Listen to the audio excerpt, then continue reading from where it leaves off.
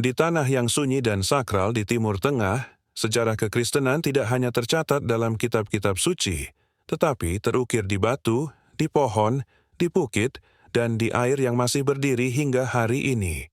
Inilah perjalanan menelusuri jejak nyata Sang Juru Selamat, Yesus Kristus, yang menapaki tanah ini 2000 tahun yang lalu.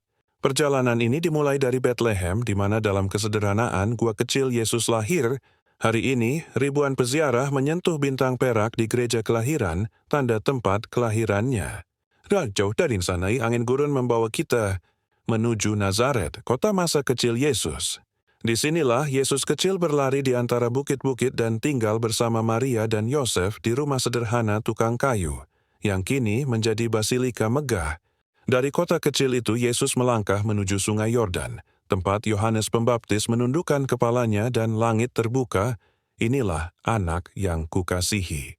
Hingga kini, ribuan orang dibaptis di air yang sama. Perjalanan berlanjut ke Kana di Galilea, tempat mukjizat pertama terjadi. Air menjadi anggur. Sampai hari ini, tempat pesta pernikahan kuno masih berdiri sebagai saksi kuasanya. Di tepi Danau Galilea, angin lembut membelai permukaan air yang sama di mana Yesus berjalan di atasnya, menenangkan badai dan berkata, "Jangan takut." Di kota Kapernaum, yang disebut kota Yesus, kita masih melihat rumah Petrus, sinagoga putih tempat Yesus mengajar, dan reruntuhan kota kuno yang sunyi namun penuh keajaiban.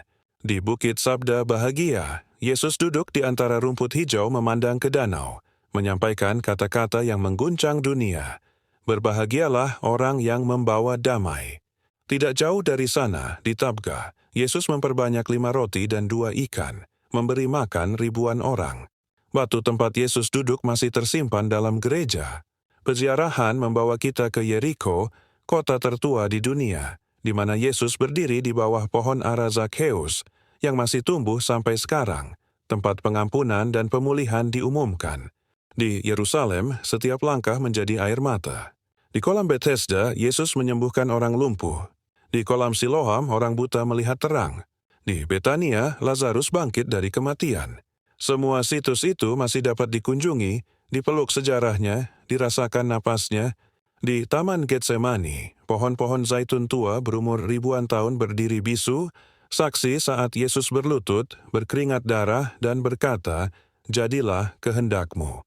Dari Via Dolorosa, jalan salib yang masih dilalui para peziarah, kita berjalan menuju Golgota, Bukit Tengkorak, dan Makam Kosong, kini berada dalam gereja Makam Kudus. Batu itu berkata tanpa suara, "Ia tidak ada di sini, ia telah bangkit." Perjalanan berakhir di Gunung Zaitun, tempat Yesus naik ke surga. Dari puncak itu, kota suci tampak bagaikan emas yang menyala di bawah cahaya matahari. Sebuah perjalanan yang bukan hanya wisata rohani, tetapi kesaksian hidup bahwa Yesus bukan legenda, bukan mitos. Ia berjalan di bumi ini, ia duduk, ia makan, ia menyembuhkan, ia mengajar, dan jejak kakinya masih terukir sampai hari ini. Setiap batu, setiap air, setiap pohon, setiap bukit berbicara dalam keheningan, Yesus hidup.